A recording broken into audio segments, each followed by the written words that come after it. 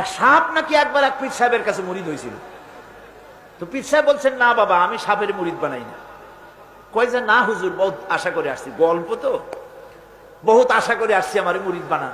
আচ্ছা ঠিক আছে, তবে তোমাকে একটা কাজ করতে হবে। কি কাজ?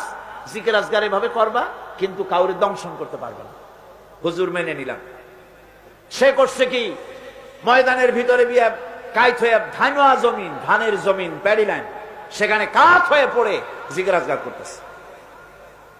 রাখাল ধান কাটছে, সন্ধ্যার পর এই ধানগুলি বান্ধে নেবে কি দিয়া দড়ি নেই, খুঁজতে খুঁজতে দেখে লম্বা একটা দড়ি।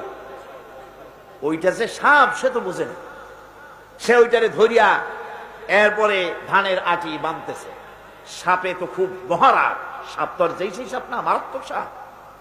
সাপ বলতেছে, আরে বাবা, তুই আমারে দড়ি মনে করলি, আমি তোর কেমন দড়ি, মুরিদ না হইলে টার কয়ে দিতাম। বান্দার কারণে সাপের ঘাড়ে মুচকে গেছে, ঘাড়ে খুব ব্যথা লাগছে। বাড়ি নিয়ে যখন দড়িটারে ফালাই দিছে, মাথা কোন রকম কাজ করিয়া বহু কষ্ট করে পীর সাহেবের বাড়ি গিয়ে হাজির। বলছে, হুজুর, কি যে জিকির শিখাইলেন, আমার তো ঘাড় মুচকে গেছে।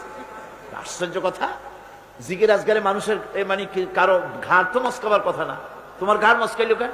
পুরা ঘটনা সে শুনাইল। আচ্ছা, তা তুমি কিছু করলা না? কয়, হুজুর, আপনি তো নিষেধ করেছেন দংশন করতে। পীর সাহেব বলছেন, বেটা বেকুব, আমি তোমারে দংশন করতে নিষেধ করেছি, ফস করতে তো নিষেধ করি নাই। যখন তোমারে দড়ি মনে করিয়া হাত গায়ে হাত দিছিল, শুধু ফস করে উঠতে 3 লাখ দিয়া বর্ডার পার হয়ে দিল্লি চলে যেত। তুমি ফস করে উঠলা না কেন?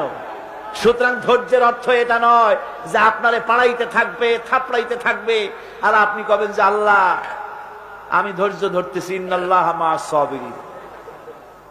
এটার নাম ধৈর্য না। ধৈর্য হচ্ছে ওভারকাম করতে হবে, পরিস্থিতির মোকাবেলা করতে হবে অত্যন্ত সহিষ্ণুতার সাথে, বুদ্ধিমত্তার সাথে, দৃঢ়তার সাথে, অবিচলতার সাথে। এটার নাম হচ্ছে সবর।